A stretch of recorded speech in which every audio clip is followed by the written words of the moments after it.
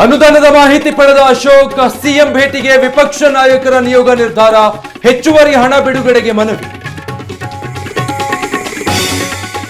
15 ದಿನಗಳಲ್ಲಿ ಸಚಿವ ಸಂಪುಟ ವಿಸ್ತರಣೆ ಆಗಲಿದೆ. ಬಾಗಲಕೋಟೆಯಲ್ಲಿ ಎಂಬಿ ಪಾಟೀಲ್ ಹೇಳಿಕೆ, ಬಯಸಿದ ಖಾತೆಗಾಗಿ ಮುನಿಯಪ್ಪ ಎಡಗೈ ಅಸ್ತ್ರ.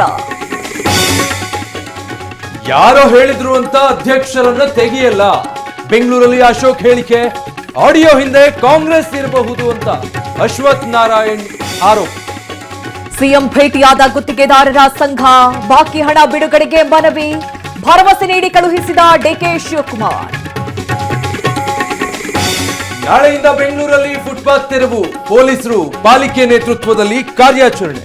ಅಂಗಡಿಗಳನ್ನ ತೆಗೆಯದಿದ್ರೆ ದಂಡದ ಎಚ್ಚರಿಕೆ. ಫಿಶ್ ಫ್ರೈ ಮಾಡುವಾಗ ಅವಘಡ, ಬೆಂಕಿ ಆವರಿಸಿ ಸಿಲಿಂಡರ್ ಸ್ಫೋಟ. ಬೆಂಗಳೂರಲ್ಲಿ ಅಪಾರ್ಟ್ಮೆಂಟ್ ಫ್ಲಾಟ್ ಧಗಧಗ.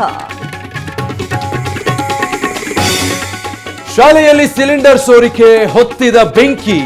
ದಾವಣಗೆರೆಯ ಕಡತಿ ಗ್ರಾಮದಲ್ಲಿ ಘಟನೆ. ಅಡುಗೆ ಸಿಬ್ಬಂದಿ ಶಿಕ್ಷಕರ ವಿರುದ್ಧ ಆಕ್ರೋಶ. ಬಂಡೀಪುರ ನಾಗರಹೊಳೆಯಲ್ಲಿ ಸಫಾರಿ ಪುನರಾರಂಭ, ಅಧಿಕಾರಿಗಳ ಸಭೆಯಲ್ಲಿ ಸಿಎಂ ಸೂಚನೆ. ಪ್ರವಾಸೋದ್ಯಮ ಚಟುವಟಿಕೆಗೆ ಮರುಜೀವ.